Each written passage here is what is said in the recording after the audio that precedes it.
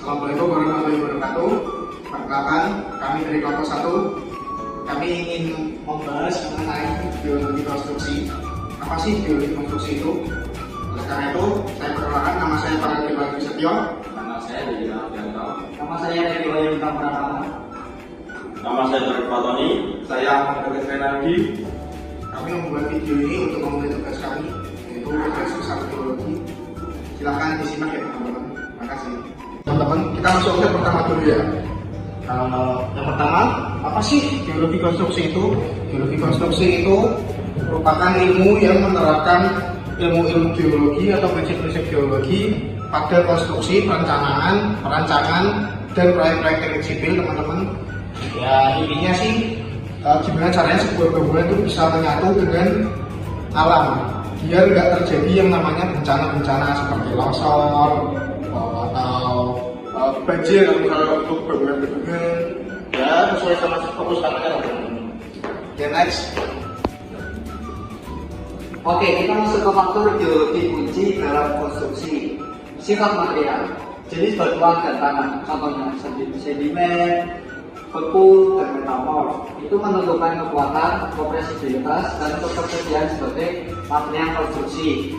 Hidrogeologi, misalnya pergerakan air tanah, zona aquifer, dan elevasi muka air tanah. Dan kritis untuk perencanaan galian dan mitigasi banjir. Oke, metode pengujian lapangan kunci. Uji penetrasi standar SPT. Metode in situ yang paling umum untuk menentukan properti tanah non kohesif. Nilai SNS SPT digunakan untuk mengestimasi daya dukung dan kepadatan relatif tanah.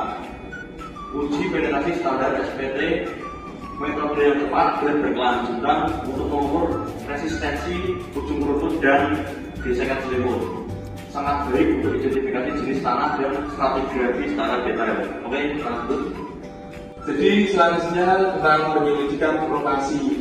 Tujuan utama penyelidikan lokasi adalah mendapatkan gambaran 30 kondisi bawah permukaan untuk perencanaan struktur yang aman dan ekonomis tentunya. Yang kedua, menentukan suksesi lapisan tanah dan batuan dalam lapangan. Ketiga, mengukur parameter kekuatan dan deformasi. Selanjutnya, memetakan bahaya geologi yang berpotensi merusak pada bangunan yang akan direncanakan. Selanjutnya, tanggapan dan metode. Tahap awal, studi literatur, pemetaan geologi permukaan.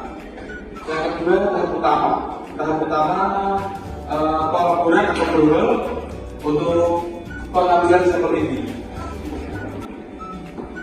Yang ketiga, geofisika yang meliputi uji seismik dan resistivitas untuk area yang luas. Yang terakhir, pengujian laboratorium untuk mengukur sifat indeks dan mekanik pada tanah tersebut.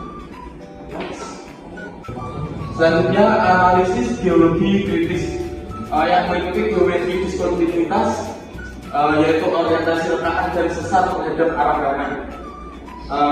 Yang kedua, pengaruh hidrogeologi atau peningkatan tekanan air pori menurunkan kekuatan geser atau batuan, geser tanah atau batuan.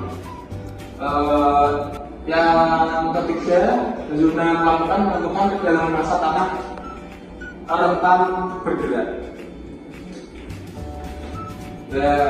Menggunakan teknik mitigasi atau perkuatan, sharing, bergolfing dan sebagainya. Yang ini tadi, Baru nanti deh. terakhir aplikasi pada jalan raya dan terowongan seperti bendungan atau dams, fondasi pangkal jembatan atau movement, memastikan daya dukungan yang seragam pada kedua sisi sungai.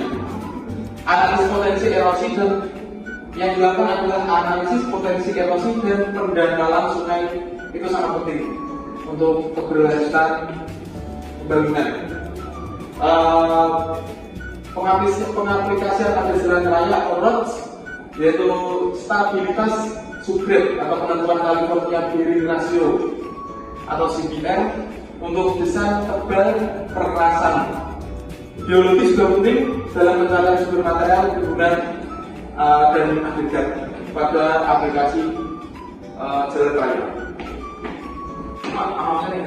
Oh iya, ini ada aplikasi apa yang aplikasi khusus yaitu putaran atau bearing kapasitor. Geologi besi menentukan kemampuan tanah atau batuan menahan beban vertikal dan lateral. Data kekurangan geser atau progresi terbentuk geser sangat krusial. Dan aplikasi struktur satunya yaitu penurunan settlement. Analisis komputer. Sekian presentasi dari kelompok kami. Apabila ada kesalahan, kami mohon maaf yang sebesar-besarnya. Wassalamualaikum warahmatullahi wabarakatuh.